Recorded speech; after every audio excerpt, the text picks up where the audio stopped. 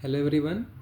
हम BMS final year जो कि फोर्थ ईयर है उसका शल्य तंत्र में अपने को कौन कौन से टॉपिक इम्पोर्टेंट है जो एग्ज़ाम में आ सकते हैं, जो एग्ज़ाम में आते ही है, वो मैं आज आपको एक्सप्लेन करने जा रहा हूँ। तो अगर आप मेरे बताए हुए टॉपिक्स भी पढ़ के जाओगे एग्ज़ाम के पहले भी, या फिर अगर आप साल भर भी पढ़ रहे हैं तो ये टॉपिक्स ज़्यादा फोकस करके पढ़े, या फिर अगर आप 1 महीने 2 महीने पहले स्टार्ट करें प्रिपरेशन, तो इन टॉपिक्स को अगर आप पढ़ के जाओगे तो आपको 90% तो आपका पेपर पूरा कवर हो जाएगा और आप अच्छे मार्क्स से पास हो जाओगे। तो मैं जो बताने जा रहा हूँ उसको ध्यान से देखिए और अपने सिलेबस में टिक कर लीजिए। तो सबसे पहला है डेफिनेशन ऑफ शल्य, ये आता है। डेफिनेशन ऑफ शल्य इंपॉर्टेंट है, आप इसको कर लीजिए। डेफिनेशन ऑफ शल्य, उसके बाद शल्य तंत्र की डेफिनेशन क्या है और उसका इंपॉर्टेंस क्या है, ये आता है। ठीक है। सेकंड पॉइंट आ गया डिस्क्रिप्शन ऑफ यंत्र, मतलब यंत्र क्या होते हैं, कितने होते हैं, सब कुछ। शस्त्र कितने होते हैं, क्या होता है, अणुशस्त्र। उसके बाद आया नंबर कितने होते हैं यंत्र शस्त्र के, टाइप्स कितने होते हैं, उनके यूजेस क्या होते हैं उनके, यंत्र शस्त्र के दोष, उनके गुण, ये चीज़ें इंपॉर्टेंट है। और इसमें स्पेशली इंपॉर्टेंट क्या है, उपयंत्र नाम से एक टॉपिक आएगा, वो 5 मार्क में आएगा। सिंहमुख यंत्र, कंकमुख यंत्र और शस्त्र कोश। जो शस्त्र कोश है ये भी इंपॉर्टेंट है। तो इससे हो गए अपने 2 टॉपिक्स क्लियर। अब आया थर्ड, निर्जंतुकरण अर्थात स्टरलाइजेशन। तो स्टरलाइजेशन पूरा का पूरा 10 मार्क में आता है, तो इसे आप पूरा पढ़ के जाए, किसी को भी ना छोड़े। और स्टरलाइजेशन में भी मेनली ऑटोक्लेव नाम से 5 मार्क में एक क्वेश्चन आ सकता है, ऑटोक्लेव। इसके बाद आया एनेस्थेसिया। तो एनेस्थेसिया भी स्टरलाइजेशन के से पूरी तरह से 10 मार्क के लिए इंपॉर्टेंट है। तो पूरा का पूरा संज्ञाहरण इतना वो आयुर्वेद में एक्सप्लेन नहीं किया है, बट एनेस्थेसिया को बहुत डिटेल में बताया गया है कि लोकल क्या होता है, रीजनल क्या होता है, जनरल क्या होता है। तो इसके अगर आप लोकल के भी दो दो दो दो कर ले, लोकल के 2, रीजनल के 2, जनरल के 2, तो भी सफिशिएंट है 10 मार्क के लिए। तो आपको एनेस्थेसिया पूरा पढ़ के जाना है 10 मार्क के हिसाब से। अब आया त्रिविध कर्म अर्थात पूर्व कर्म, प्रधान कर्म, पश्चात कर्म। तो त्रिविध कर्म से पूरे 10 मार्क का क्वेश्चन भी आ सकता है, या तो 5 मार्क में कोई एक इंपॉर्टेंट कर्म आ सकता है कि हाँ या तो पूर्व कर्म एक्सप्लेन करो, प्रधान करो, या तो पश्चात करो। अब बचा अष्टविध शस्त्र कर्म, मतलब शस्त्र कर्म जो शल्य चिकित्सक करता है उसको 8 इसमें विभाजित किया गया है, तो लेखन भेदन आदि 8। तो ये पूरा 10 मार्क का एक क्वेश्चन बन सकता है, जो कि बनता ही है, बहुत बार आया है। तो अष्टविध शस्त्र कर्म आपको याद रखना है। इसमें भी सीवन के प्रकार, जो सीवन होता है, सूचर्स, टाइप्स ऑफ सूचर्स, ये क्वेश्चन बहुत बार आया है 2 मार्क्स के लिए। तो इसमें योग्य जो है, तो अष्टविध के बाद योग्य मतलब कौन से इंस्ट्रूमेंट से आप किस किस जो फ्रूट्स वगैरह है उसके ऊपर एक्सपेरिमेंट कर सकते हो, या फिर उसको प्रैक्टिस कर सकते हो अपने शस्त्र कर्म की। तो ये चैप्टर भी इंपॉर्टेंट है। तो योग्य में पूरा आपको आठों के आठों कर्म करने हैं, उसके अलावा भी बाकी 2-3 चीज़ें ऐड की है, बस्ती अर्थात आदि, तो ये भी लिखना है। उसके बाद आया मर्म वाला टॉपिक। तो मर्म में क्या है, मर्म की निरुक्ति और उसके टाइप्स पूछे जाते हैं, और उसका इंपॉर्टेंस क्या है, मतलब बॉडी में मर्म का इंपॉर्टेंस क्या है, वो भी 10 मार्क में पूछा जा सकता है। तो 10 मार्क का ये मर्म हो गया। शार एंड शार कर्म।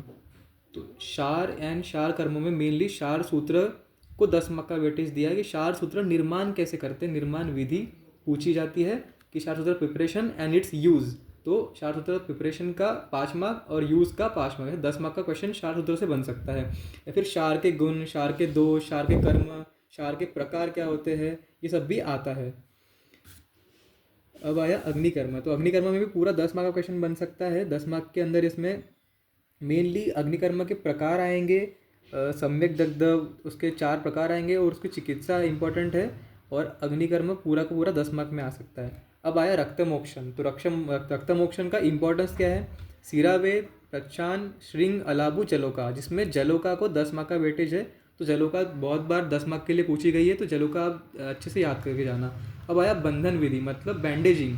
तो बंधन कितने प्रकार के होते हैं वो इम्पोर्टेंट है। तो बंधन के जो प्रकार बताया है वो आपको याद करना है।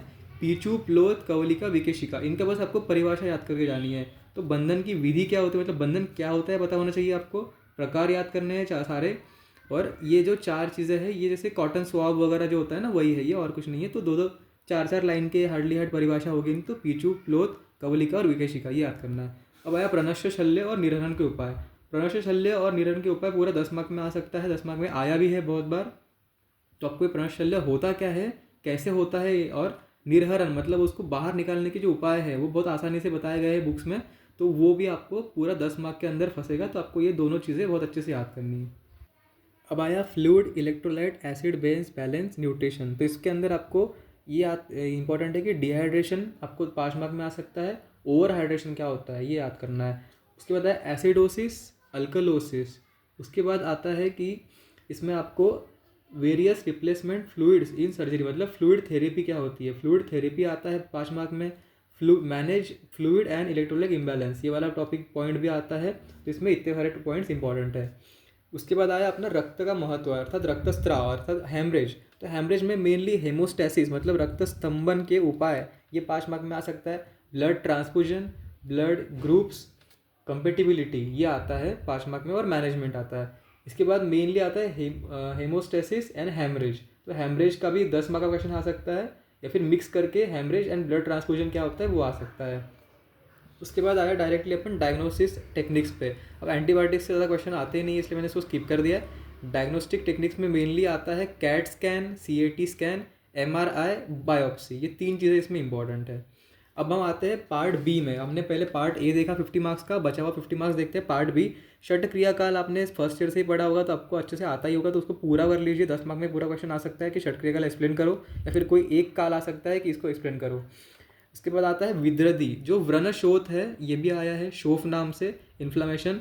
विद्रदी है ये भी आया है एब्सेस के साथ मिलके। पीड़िका बॉइल्स, ये अभी तक ज़्यादा बार आया नहीं है। नाड़ी व्रण जो है ये बहुत बार आया। साइनस, फिशुला इसमें नहीं आएगा, सेकंड पेपर में आएगा। तो ये फिशुला बस आपको याद रखना है कि फिशुला होता क्या है। उसके बाद आया किलॉइड, तो किलॉइड बहुत बार आया है, इसका आयुर्वेद करने की ज़रूरत नहीं, इतना इंपॉर्टेंट नहीं है।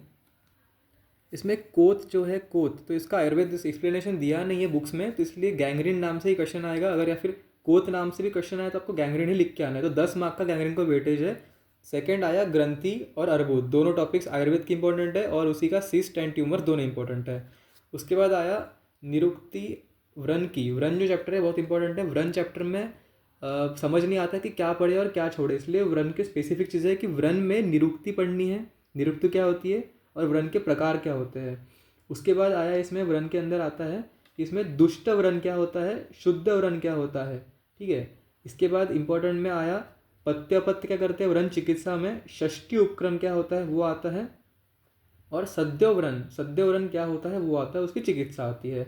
अब आया दग्ध व्रण, तो दग्ध व्रण क्या होता है, अल्सर्स इंपॉर्टेंट है कि टाइप्स ऑफ अल्सर आते हैं, टाइप्स ऑफ अल्सर बताइए। और वुंड हीलिंग स्टेज आती है, तो वुंड हीलिंग स्टेज जो 5 स्टेजेस रहती है वो आती है। नेक्स्ट आया प्रमेय पीड़िका, तो आचार्य सुश्रुत ने प्रमेय पीड़िका 7 नहीं बताइए 10 बताइए, तो ये अलग से क्वेश्चन आता है, कन्फ्यूजिंग क्वेश्चन आता है। तो प्रमेय पीड़िका आपको याद करनी है। अब हम देखते हैं नेक्स्ट क्या है।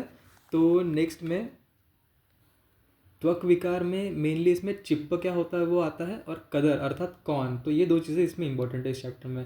अब आया मन्या विकार, तो मन्या विकार में मेनली गलगंड और गोइटर ये आता है, अपची ये आता है, लिम्फेडेनाइटिस ये आता है। उसके बाद आया हम सीरा विकार में, तो सीरा विकार से बहुत क्वेश्चन फंसते हैं, जो लास्ट 2 टॉपिक से इंपॉर्टेंट है तीनों, जो सीरा, धमनी और स्नायु है वो बहुत इंपॉर्टेंट है, जिसके अंदर सीरा में है पहला वेरिकोज वेन, ये 10 मार्क में आता है। एक और मैं भूल गया कि डीप विनस थ्रोम्बोसिस, जो थ्रोम्बोसिस है 2 टाइप्स का होता है, सुपरफिशियल एंड डीप, इसमें भी डीप को मेन वेटेज दिया है, तो डीप विनस थ्रोम्बोसिस 10 मार्क्स में आ सकता है।